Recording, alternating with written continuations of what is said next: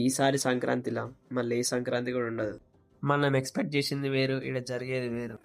Early మార్నింగే లేచి అమ్మని పొలం కాడ తీసుకుపోతుంటే ఈ చలికి హిట్ 3 మూవీలో ఒక డైలాగ్ గుర్తొచ్చింది. పండగ రోజున జల్దీ ఫ్రెష్ అప్ కావాలని మా మనిగాడు కూడా మాతోడే లేచిండు. ఈ డిసిప్లిన్ మనకు కూడా ఉంటే బాగుండు అనిపించింది. మా తాతను చూసినప్పుడు ఒకటే అనిపిస్తుంది, ఆ ఏజ్ వచ్చే వరకు మనం కూడా అలా పొలంలో వీక్కోలేసామా. ఇక టైం అయింది నార్మల్ చేద్దామని బావంటే నేను వీడియో తీసిన నమ్మ ఒక సీరియస్ లుక్ ఇచ్చింది.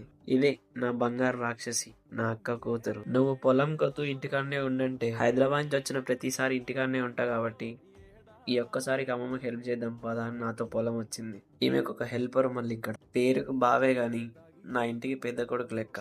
ఏ పనైనా చూడ్డానికైనా చెప్పడానికైనా చాలా ఈజీది, చేయడమే చాలా కష్టం. అందులో ఫార్మింగ్ అనేది టూరిస్ట్ కి. నా దృష్టిలో మనకు ఆ పని రాదని ఎప్పుడు కూడా గివ్ అప్ ఇవ్వకూడదు. అలా అనుకుంటే మా రీతిగాడు ఈ టబ్బు మోసేటోడే కాదు. ఇది చూస్తుంటే నాకు చైల్డ్హుడ్ డేస్ గుర్తొస్తున్నాయి.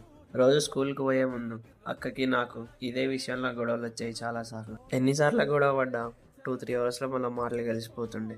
ఈ క్యాన్ నిండగానే ఇంటికాడ పడేసి చెరువు దగ్గర ఉన్న పొలం దగ్గరికి వెళ్ళుండే. చెరువులో ఈ పూలను చూసిన ప్రతిసారి ఒక పద్దాక తెంపాలనిపిస్తుంది. ఎప్పుడు చాలా లోతుకుండడం వల్ల ఆ సాహసం ఎన్నడూ చేయలే. ఇవాళ నా అదృష్టం బాగుండి ఒడ్డుకే ఉంది, అందుకని తెంపుకొచ్చినాం. దీన్ని కోసిన తర్వాత ఏదో సాధించిన ఫీలింగ్ అయితే కలుగుతుంది లోపల. నేనేమో పని పాత్ర పెట్టి పువ్వు కొని పోయినా, తాతగారేమో పొలంలో పీలిపేస్తున్నా.